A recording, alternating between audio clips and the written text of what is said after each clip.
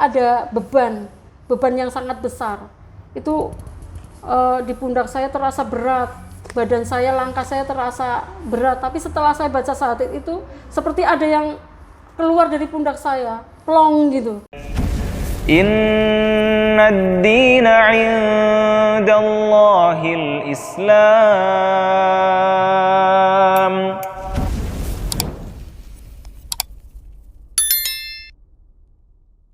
Bismillahirrahmanirrahim. Assalamualaikum warahmatullahi wabarakatuh. Selamat datang di channel Kisah Hijrahku bersama saya Yuli Puspitasari dalam Kisah Inspirasi Mu'alaf.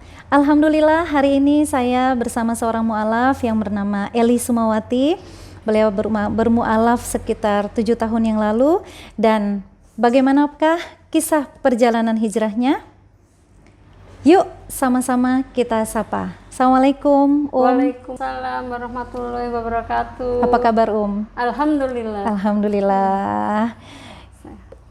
Saya penasaran nih, gimana sih awal mula mulai tertarik dengan Islam, dan pada akhirnya pasti itu bukan keputusan yang mudah ya, tapi pada akhirnya sampai di titik memantapkan hati untuk bersyahadat. Itu gimana? Tapi sebelumnya silakan perkenalkan diri dulu. Iya. Nama saya Eli Sumawati, saya berasal dari Purwokerto. Saya anak kedua dari 6 bersaudara. Memang saya berasal dari keluarga yang latar belakang Islam. Tapi jujur, dalam keislaman itu kami tidak mengenal Islam dan tidak tahu Islam itu apa. Dan saya sekolah dulu di SD Negeri 6 Purwokerto Wetan. Lalu saya sekolah SMP dan SMA di sekolah Katolik itu juga atas permintaan orang tua. Terus nah sejak saat itu saya kegiatan-kegiatan itu mulai dengan agama Nasrani. Karena doa dan segala macam itu mengikuti peraturan agama tersebut. Jadi SMP Katolik, SMP Katolik, lanjut SMA Katolik 6 tahun. Dan saya jujur saja, selama saya jadi orang Islam itu saya nggak pernah menjalankan syariat Islam, nggak ngerti sholat yang wajib itu gimana, terus puasa untuk apa, terus kita sholat itu tujuannya bagaimana, untuk apa, kita belum ngerti. Dan sama sekali nggak ngerti Islam tuh harus bagaimana. Jadi seperti bukan Islam ya, hanya nama aja. Hanya gitu. nama saja. Dan saya sendiri tidak tertarik dengan Islam saat itu. Apalagi kalau orang puasa Ramadan pada mereka senang gitu ya, saya nggak suka. Kok untuk apa kita nahan lapar, haus gitu ya. Terus buat apa? Susah-susah gitu kan. Jadi dengan latar belakang itu saya meyakini dan saya percaya diri bahwa saya memutuskan menjalani dengan tekun agama Kristen itu. Dan saya mulai sedikit-sedikit ke gereja, ngikutin. Kebetulan juga saya ketemu jodoh juga orang Kristen. Terus kita nikah ke gereja, ya nikah gereja juga gitu. Akhirnya saya betul-betul memutuskan seorang Nasrani pada saat itu, karena betul-betul di dalam hati saya, jiwa saya nggak menyukai, saya nggak suka, dan saya jauh tidak mengenal tentang Islam, apalagi Allah. Walaupun latar belakang orang tua Islam, itu seperti itu. Jadi saya memutuskan sendiri untuk beragama Kristen, dan pada saat itu memang keluarga nggak ada masalah. Mendukung. Iya, mendukung, dan pokoknya nggak ada masalah, biasa aja. Karena mereka pikir ya memang agama semua sama, seperti itu. Iya. Nah, sejak saat itu saya mendalami agama Katolik. Saya sukanya pakai pakaian yang mengumbar aurat, jujur saja. Saya suka yang seksi, yang modi, berpenampilan yang pokoknya jauh sekali dari Islam. Dan pada saat itu saya menjalankannya nggak ada beban, betul-betul menikmati gitu. Jadi nggak ada rasa bersalah bahwa saya memilih agama Katolik itu atas dasar kemauan sendiri, nggak ada rasa bersalah seperti itu. dan saya jalani. Kebetulan saya menikah dengan orang Katolik juga, dan saya hijrah ke Ambon, ke Maluku Tenggara. Saya di sana menjalani kurang lebih 20 tahun. 20 tahun dan saya aktif di gereja. Lumayan lama ya. Lumayan lama. Saya 20 tahun itu saya betul-betul sudah nggak memikirkan Islam yang gimana-gimana, nggak, udah lagi, udah pokoknya udah nggak ngerti, murni, udah pikirannya udah Katolik. Udah Katolik, dan saya berusaha mendalami, berusaha walaupun ada kata orang sindiran-sindiran ya, bahwa masuk Katolik itu murtad, masuk Katolik itu nanti masuk neraka, seperti itu. Tapi saya punya keyakinan enggak, nanti Tuhan Yesus tolong saya. Ketika itu seperti itu. Keyakinan saat itu, ketika saya masih beragama Katolik, bahwa Allah itu maha baik, Yesus itu maha baik. Nanti saya mungkin di agama Islam saya masuk neraka, tapi di agama Katolik saya masuk surga kok. Saya ditolong sama Yesus. Saya ditolong sama Allah Bapa di surga. Itu pada saat itu saya berpikiran seperti itu. 20 tahun itu saya Katolik betul-betul menikmati. Saya aktif di gereja, dan ada kegiatan-kegiatan di gereja ketika misa itu seperti kita hari Minggu datang ke gereja itu mengadakan ibadah. Kalau di Katolik namanya misa gitu ya. Iya, itu hampir 2 minggu sekali itu saya maju ke mimbar untuk membaca kitab suci di situ. Saya sering baca doa umat juga. Saya akrab dengan para pastor, suster, biarawati. Kebetulan Bapak mertua saya yang dulu kan ketua Dewan Gereja Maluku Tenggara di Ambon, di Tual Maluku Tenggara itu. Jadi rumah juga dekat dengan gereja. Jadi pada saat itu memang ya nggak ada beban sama sekali, pikirannya baik-baik aja gitu, nggak gelisah gitu, nggak, masih umuran masih berapa ya, 20, 25 gitu kan, masih 25 semangat ya. 25 menginjak sampai 30. Itu betul-betul itu sekali, semangat sekali menjalankan ibadah secara Katolik waktu itu. Berarti saat itu bahkan nggak terfikir sedikit pun untuk pindah ke Islam ya? Belum. Nggak ada sedikit pun bayangan. Nggak ada. Terus ada teman saya juga nanya sempat gini, loh kok Mbak Eli, itu kamu tahu kan orang Islam kalau kita di Katolik, di Kristen ini kan Yesus itu nggak didoakan, udah otomatis di surga dan menyelamatkan kita nanti. Nah, kenapa Nabi Muhammad itu didoakan, harus didoakan, bersolawat, bersolawat. Apa nggak ada jaminan dia ke surga gitu kan? Nah, pada saat itu karena saya nggak tahu. Obrolan sesama ini seperti itu ya. Ada. Itu seperti itu saya. Jadi betul-betul ya, itu masing-masing punya keyakinan. Pada saat itu saya mendalami betul-betul Katolik dan tidak terpikir, terlintas sedikit pun untuk pindah ke Islam, nggak ada. Apalagi dengan rumah tangga dan anak, dikarunia 2 orang anak yang sehat, laki-laki dan perempuan lengkap ya. Jadi dengan mikir saya pindah agama nanti berantakan, saya harus kehilangan anak-anak dan lain sebagainya. Jadi saya nggak mikir tentang ke arah sana.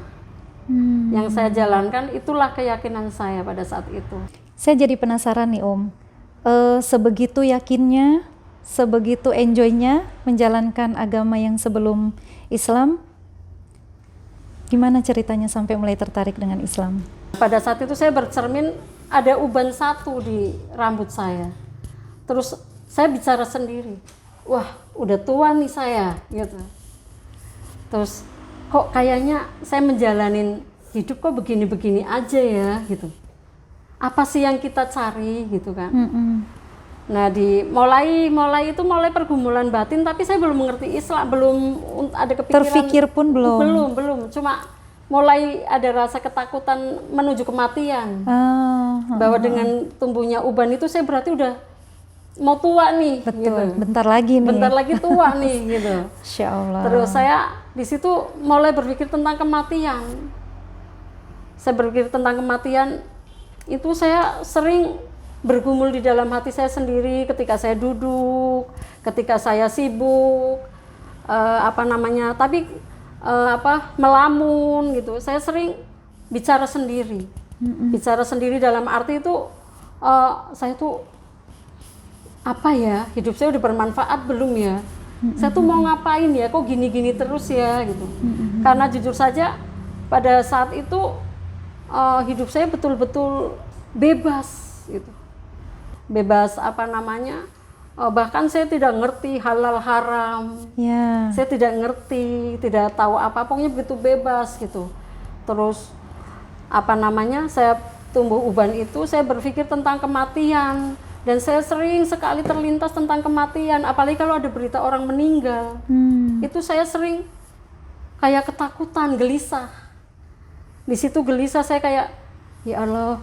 Tapi pada saat itu saya belum menyebut nama Allah, tapi ya Tuhan, saya kelak meninggal dengan kondisi yang bagaimana, seperti apa gitu. Itu sering sekali saya berpikir tentang kematian. Dan ketika itu tahun 99, saya dikejutkan dengan berita bahwa bapak saya meninggal dunia. Yang mana memang saya udah mulai gelisah tentang kematian gitu kan. Tentang kematian saya udah mulai gelisah. Terus saya mendengar berita bahwa bapak saya meninggal. Dan saya terngiang guru SD negeri saat itu mengatakan tentang bahwa doa yang beda agama itu tidak akan sampai gitu. Saya pendam berpuluh tahun lamanya di dalam hati saya. Saya sering menangis, saya sering, ya Allah, pada saat itu saya sering menangis, saya sering bingung, saya mendoakan cara apa gitu. Bagaimana caranya ya? Sementara saya mendoakan secara Katolik, menurut Katolik nggak ada masalah. Tapi secara Islam menjadi masalah karena tidak sampai. Betul. Itu yang menjadi pergumulan batin saya yang pertama ketika berita meninggalnya almarhum bapak saya, hati saya itu mulai guncang. Nah, pernah saya dengar juga sempat benci dengar azan ya. Iya. Pada akhirnya ketika dengar azan nangis. Itu pernah. Saya pernah menganggap itu bahwa azan itu mengganggu apa ya? Tidak semua orang kan memeluk agama Islam gitu ya. Tidak semua orang menyukai Islam gitu. Jadi kalau dengar azan, dengar suara orang ngaji, orang ceramah, nggak nyaman. Iya, nggak nyaman, rasanya kayak seperti apa ya, rasanya pokoknya nggak suka aja gitu ya. Terus nggak suka apa lihat orang yang berkerudung gitu. Walaupun pernah saya mencoba loh. Saya pernah mencoba ketika mau memutuskan bahwa saya betul-betul memutuskan Katolik, itu saya pernah mencoba berkerudung juga. Tapi hanya nggak bisa lama. Iya, percobaan itu nggak lama. Terus saya memutuskan untuk menjadi Katolik itu. Nah, seperti itu. Jadi pada saat itu dengan peristiwa kematian almarhum bapak saya, terus saya jadi kembali memikirkan Islam. Terus karena apa? Karena saya ingin mendoakan almarhum bapak saya gitu. Saya ingin sekali. Ditambah lagi, tak lama kemudian kakak saya meninggal. Nah, dari situ saya mulai memikirkan Islam. Mulai memikirkan Islam, mulai bagaimana caranya mengingat kembali bahwa orang Islam tuh harus sholat, harus ngaji. Nah, di situ baru saya nangis dengar suara azan. Saya mulai nangis,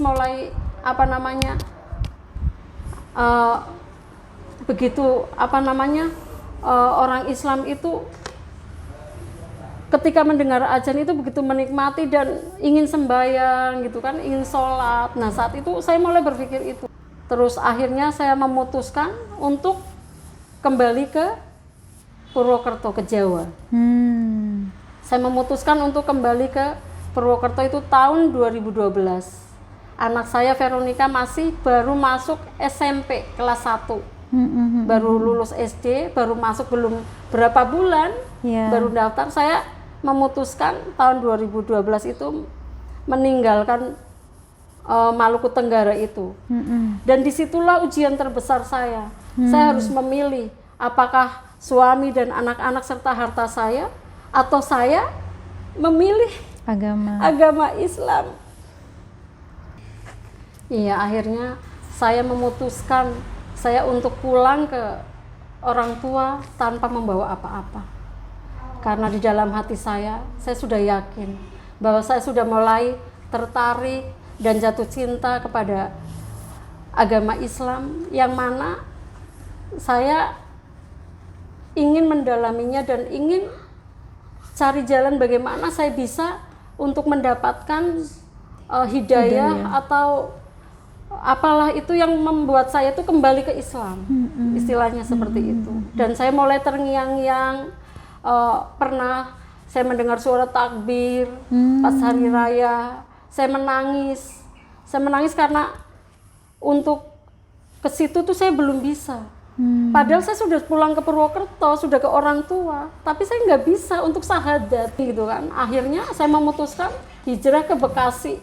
3 bulan saya tinggal sama kakak ipar saya dan saya memutuskan hidup sendiri dengan anak-anak. Saya ngontrak di Bekasi di sebuah tempat yang sederhana sekali. Saya sengaja membawa anak-anak ke situ.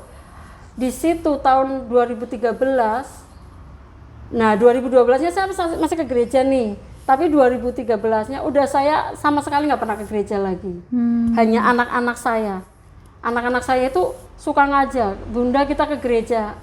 Ya, anak-anak, kalian ke gereja aja, Bunda di rumah aja gitu. Karena untuk menceritakan itu, Veronica masih SMP pada saat itu. Nah, udah gitu masih kebawa dengan agama yang lama, agama sama tantenya, apanya semua udah diwanti-wanti kan. Untuk apa tetap kekeh gitu kan, teguh pendirian seperti itu. Nah setelah itu tahun 2013 saya sama sekali nggak ke gereja, hanya anak-anak saya saja. Dan di situ saya mulai memberanikan diri curhat ke Veronica. Di suatu malam itu sekitar jam 10 malam, adiknya udah tidur, saya mengungkapkan bahwa saya ingin masuk Islam dan meninggal dalam keadaan Islam. Itu saat itu memang Vero tuh terkejut dan marah mukanya. Kok Bunda kayak gitu sih? Bunda nggak sayang ya sama kakak ya gitu. Terus saya peluk dia dan saya katakan bahwa Bunda sudah rindu, sudah lama sekali Bunda pendam dan nggak ada yang tahu. Itu saya mulai menghadirkan Allah dalam hati saya. Saya sering menangis, ya Allah, sampai kapan saya seperti ini ya Allah. Saya sering menangis. Saya ingin masuk Islam ya Allah, tolong tunjukkan jalan kepada saya ya Allah. Itu betul-betul terjadi. Tapi ketika pergumulan itu, anak-anak nggak ada di rumah, mereka sekolah. Dan mereka itu karena udah agak jauh sama saya, ketika pulang sekolah mereka sering main ke rumah tetangga, ke kontrakan teman sekolah, seperti itu. Di situ banyak sekali peristiwa terjadi, saya sering nangis, saya menghadirkan Allah. Saya duduk di depan sendiri, saya melihat langit. Saya pun bicara sendiri, ya Allah, tolong saya ya Allah. Saya hanya ingin jadi orang baik ya Allah. Saya ingin bertobat ya Allah. Itu saya katakan itu. Saya minta sama Allah. Itu saya panggil Allah terus menerus. Ya Allah, ya Allah. Itu saya hadirkan Allah dalam hati saya. Setelah itu saya masuk ke rumah dan saya nonton televisi sendiri saat itu. Itu saya melihat banyak sekali itu orang naik haji ya di Mekah, di depan Ka'bah. Itu berkeliling seperti semut, banyak sekali. Padahal saya duduk seperti ini, tapi tiba-tiba saya refleks. Saya megang televisi itu. Saya bilang, ya Allah, banyak sekali orang di muka bumi ini ya Allah. Berbondong-bondong mencari ridho-Mu ya Allah. Kenapa nggak ada saya di antara mereka ya Allah? Saya nangis. Setelah itu saya lemas, saya terguling di lantai, nggak ada yang tahu. Jatuh. Hanya Allah. Saya seperti lemas dan jatuh gitu menjatuhkan aja. diri ke lantai saja dan saya menangis. Saya panggil Allah, ya Allah, ya Allah, gitu terus. Saya memanggil Allah. Benar-benar saat itu tuh kerinduan akan Allah itu udah luar biasa ya. Luar biasa, dan saya menghadirkan Allah setiap hari. Itu kurang lebih 1 tahun lamanya. Itu saya manggil itu 2013 itu kosong. Saya nggak Katolik, belum Islam. Belum Muslim, iya. Iya, tapi saya udah menghadirkan Allah di situ. Udah memanggil. Sudah merasakan Allah justru ya. Merasakan bahwa Allah begitu dekat, tapi saya belum nyampe ke situ gitu. Setelah itu pulang, keesokan harinya beberapa hari kemudian lagi saya nonton televisi lagi, ada pengajian Mama Dede sama ibu-ibu di situ. Saya kembali sama nangis lagi yang nangis sama. lagi. Saya nangis lagi yang sama, ya Allah. Begitu banyak wanita soleha datang ke situ, ya Allah. Kenapa nggak ada saya di antara mereka, ya Allah? Jadi saya selalu membayangkan saya pingin ada di sana. Iya. Saya pingin ada di tempat-tempat orang-orang soleh dan soleha. Berkumpul ya. Berkumpul di sana. Itu betul-betul, ya Allah. Saya hadirkan Allah terus menerus. Saya memanggilnya terus, walaupun saya sadar saat itu saya belum Islam. Iya. Tapi saya memanggilnya. Di situ saya merasakan bahwa Allah begitu dekat. Saya belum nyampe. Dari situ mulai masuk bulan Ramadan, memasuki 2014. Saya masih di sana. Jadi kurang lebih setahun lebih lah ya, karena di 2013 sampai pertengahan Ramadan 2014 itu saya masih di sana, tapi saya belum bisa masuk Islam juga. Entah kenapa, saya ketakutan itu begitu luar biasa. Nanti saya tiba-tiba masuk Islam, ayahnya ini datang gimana, nanti keluarga tahu ada ketakutan-ketakutan gimana. yang Ketakutan-ketakutan, menghalangi niat itu ya. Menghalangi itu. Akhirnya tahun 2014 itu pas Ramadan itu mungkin kerinduan saya udah terlalu luar biasa, menggebu-gebu. Saya mengutarakan ke tetangga rumah yang asli Bekasi situ. Saya menceritakan bahwa saya ingin masuk Islam, tapi saya belum menemukan jalannya, gimana caranya gitu. Lalu beliau ingin memanggil ustadz untuk mengislamkan saya. Tapi karena beliau juga kenal dengan kakak ipar saya yang di Pondok Timur Indah, beliau takut nanti dikira gimana-gimana. Akhirnya saya memutuskan, udah deh ntar saya pulang ke Purwokerto aja. Gitu. Saya pulang ke Purwokerto aja, walaupun apapun yang terjadi, saya mau dikatain apapun, saya pulang. Akhirnya saya pulang ke Purwokerto dalam kondisi saat itu memang bulan Ramadan 2014. Saya masih penampilan juga masih pakai legging gitu, karena belum masih seksi. Masih seperti itu. Nah, pas itu kebetulan saya ketemu dengan adik ipar saya yang anak kiai itu. Loh, Mbak Eli puasa enggak? Enggak. Loh, saya belum syahadat kan, saya gituin. Saya belum syahadat, saya belum puasa. Loh, sampai kapan mau kayak gitu terus? Ayo diantar syahadat mau enggak gitu. Tiba-tiba adik ipar saya begitu. Akhirnya saya diajaklah ke Mutuklor, daerah Batu Raden. Saya diajak ke sana.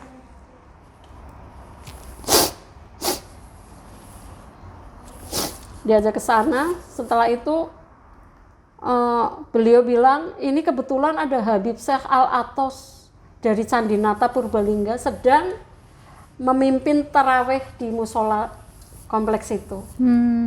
Jadi beliau langsung menghubungi Habib dan saya disuruh menunggu sampai habis sholat taraweh selesai. Iya. Dari situ terus langsung Habib datang.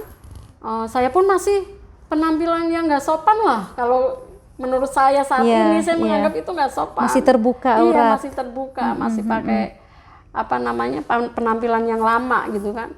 Akhirnya saya baca syahadat di situ dan saya dituntun oleh adik ipar saya, disaksikan oleh adik dan Habib. Saya membaca istighfar 3 kali. Astaghfirullahaladzim wa atubu ilaihi, astaghfirullahaladzim wa atubu ilaihi, astaghfirullahaladzim wa atubu ilaihi, ashadu an la ilaha illallah wa ashadu anna Muhammadur Rasulullah. Saat itu saya membaca itu dan tiba-tiba yang awalnya tuh saya nggak bisa menatap Habib itu, saya kayak ada beban yang sangat besar. Itu di pundak saya terasa berat, badan saya, langkah saya terasa berat. Tapi setelah saya baca syahadat itu, seperti ada yang keluar dari pundak saya, plong gitu, langsung Masya lepas. Allah. Ya, itu langsung terasa lepas yang luar biasa. Mungkin karena bertahun-tahun lamanya saya Dipendam. bertahun lamanya saya pendam, akhirnya kayak plong, ringan sekali rasanya. Terus saya tuh kayak tertunduk malu dengan penampilan saya saat itu. Padahal awalnya saya nggak ngerasain apa-apa. Biasa aja, terbuka aurat, biasa aja. Tapi pada saat itu saya mulai merasa kayak malu, kayak salah tingkah. Dan saya menengok ke kanan, ke kiri. Masya Allah, itu yang saya rasakan begitu ringan. Terus saya menatap ke atas. Saya seperti tidak percaya bahwa saya sudah membaca Sudah syahadat, sudah muslim saat itu. Saya tidak percaya. Dan pas Habib bilang, saat ini, malam ini, Ibu Eli sudah beragama Islam, udah resmi menjadi orang muslim. Nanti malam mandi besar, besok mulai puasa dan sholat 5 waktu. Itu saya jam 3 pagi saya disuruh dimasakin air, mandi besar. Terus saya dikasih pakaian muslim sama adik ipar saya. Muslimah, ya. Iya, sama mukena, sajadah, saya disuruh sholat. Nah, saat itu saya sudah muslim dan saya sangat bersyukur. Pada saat itu nggak ada kata-kata yang bisa saya ungkapkan. Saya hanya ya Allah itu ya, kayak nggak percaya. Pada saat itu Veronica nggak menyaksikan, karena pada saat saya mau syahadat itu saya nggak mengajak anak-anak dan tidak memberitahukan anak-anak. Iya, anak-anak ada di rumah ibu saya. Karena posisi anak-anak iya, masih tidak suka ya. Iya, masih tidak suka dan tidak mungkin juga saya minta pendapat mereka. Saya nanti banyak sekali ganjalan atau perbedaan. Akhirnya saya memutuskan, ayo kita berangkat dan syahadat. Setelah itu, untuk yang pertama kali saya sholat subuh di musola Kemuduklor. Alhamdulillah. Pada saat itu saya plong sekali rasanya. Setelah syahadat yang pada bulan Ramadan itu betul-betul mengantar saya kehidupan yang betul-betul tenang dan damai. Dan saya akhirnya sholat yang pertama kali di musola Kemutuk itu sholat subuh. Di situ saya seperti tidak percaya saya akan masuk ke masjid atau musola itu. Saya menginjakan kakinya itu seperti, ya Allah, benarkah ini gitu ya. Selama ini hanya lihat. Iya, benarkah saya masuk ke masjid ini, ke musola ini, ya Allah.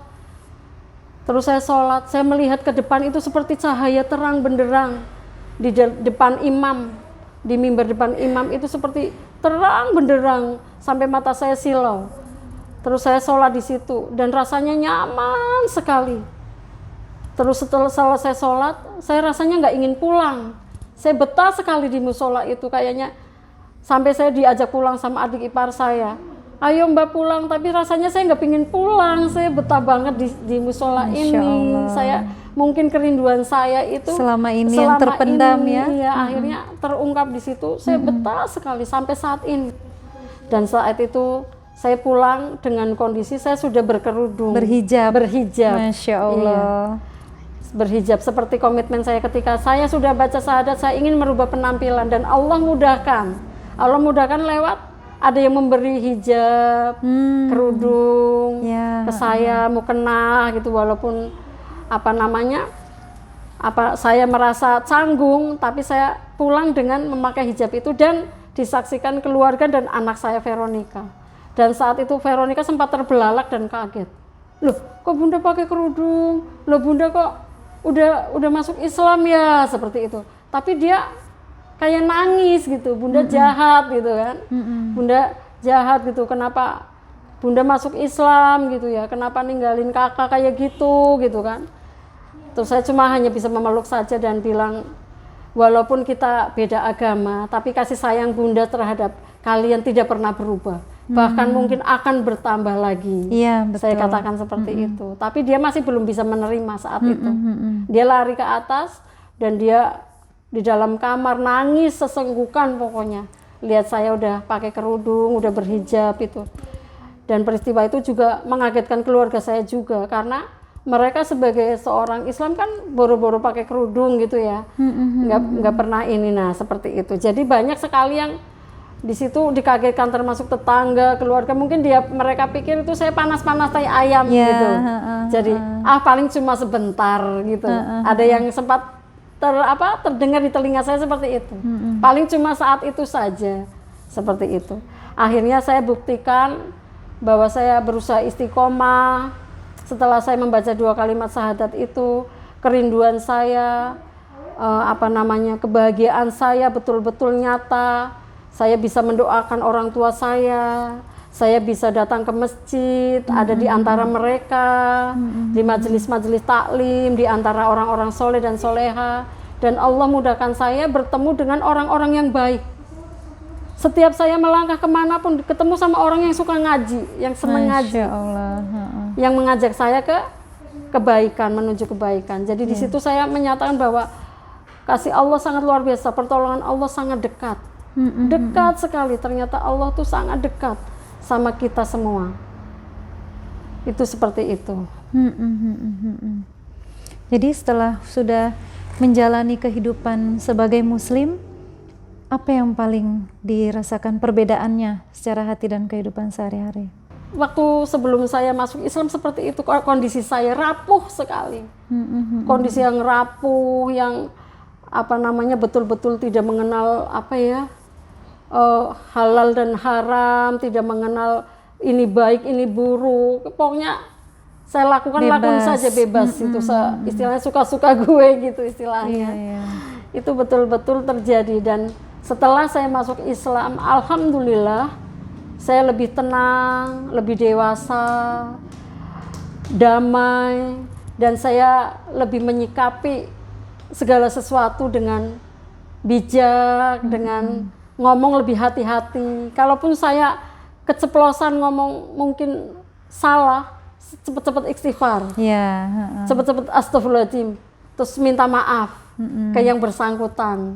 Karena untuk menjadi baik kita butuh proses. Betul. Tidak mungkin langsung jadi baik. Pasti yang lama-lama masih ngikutin. Kan seperti itu. Kebiasaan kebiasaan yang lama. Nah, itu mulai saya belajar dari situ, dan itu betul-betul saya praktekkan di kehidupan sehari-hari. Sampai tuh rasa nyesel ya, kenapa nggak dari dulu gitu ya. Kenapa nggak dari dulu seperti ini gitu. Kenapa baru sekarang seperti itu. Tapi ya itulah mungkin cara Allah ya, untuk memanggil kita kembali ke fitrahnya, itu melalui proses perjalanan seperti itu. Dan saya sendiri dengan cara yang seperti itu, saya harus menjadi aktivis gereja dulu ya kan. Saya harus bergaul dengan suster, pastor banyak. Nah akhirnya kembali, itu mungkin caranya seperti itu. Nah di sini saya menemukan Islam yang sesungguhnya. Setelah jadi mu'alaf, setelah sudah menjalankan sebagai Muslim, apa sih yang paling dipengenin banget, yang diimpikan gitu? Iya, memang saya ingin sekali betul-betul jadi orang yang baik, yang bermanfaat bagi orang banyak. Saya ingin sekali umroh ya. Saya ingin sekali punya majelis taklim. Saya mengumpulkan orang banyak di rumah saya, ngajak orang-orang ngaji di tempat saya. Saya membagikan makanan dari uang saya, dari hasil keringat saya. Itu saya ingin sekali seperti itu. Tapi banyak sekali keinginan-keinginan lain yang tidak yang belum kesampaian juga. Dan harapan saya dan saya sendiri berkeinginan, saya ingin menjadi seorang Muslim yang kafah, yang sesungguhnya. Dalam doa-doa saya, ya Allah, saya ingin menjadi orang yang taubatan nasuha. Saya ingin mati dalam keadaan husnul khotimah. Saya ingin masuk surganya Allah dan berjumpa dengan Allah Subhanahu wa taala dan Rasulullah Muhammad sallallahu alaihi wasallam. Saya selalu berdoa seperti itu supaya kita dihindarkan dari fitnah dajjal. Saya berdoa juga supaya kita selamat di alam barzah, di padang mahsyar ketika dihisab, dan kita diberi syafaat ketika melewati jembatan Shirathul Mustaqim. Dan kita diselamatkan dari siksa kubur dan siksa azab api neraka. Itu doa itu sering saya ungkapkan. Itu keinginan saya. Semoga. Banyak sekali keinginan-keinginan yang di dalam hati saya, yang kayaknya kalau dipikir-pikir mustahil bagi saya. Tapi buat Iya, Allah nggak ada yang bukan- mustahil ya. Bagi saya itu mustahil. Masa kamu pingin bangun masjid taklim, pingin bangun masjid, Iya, pingin nyantunin anak yatim, pingin begitu banyak impian-impian. Itu mustahil bagi saya, tapi boleh kan orang bermimpi, Iya, bercita-cita betul. kan Apalagi seperti untuk itu, kebaikan untuk ya. kebaikan. Iya, gitu, Masya seperti itu. Allah. Alhamdulillah demikian sharing mu'alaf kita hari ini. Semoga menginspirasi dan semakin termotivasi kita dalam ketaatan kepada Allah. Yuk hijrah, karena hijrah bukan hanya milik mereka mu'alaf, tapi milik kita yang terlahir sebagai muslim, namun masih lalai dalam menjalankan perintah-perintah Allah Subhanahu wa Ta'ala. Sebelum saya undur diri, jangan lupa like, share, subscribe, dan komen di bawah sini. Aktifkan lonceng notifikasinya agar bisa terus nonton video-video terupdate dari kami. Saya Yuli Puspitasari. Eli Sumawati. Wassalamualaikum warahmatullahi wabarakatuh.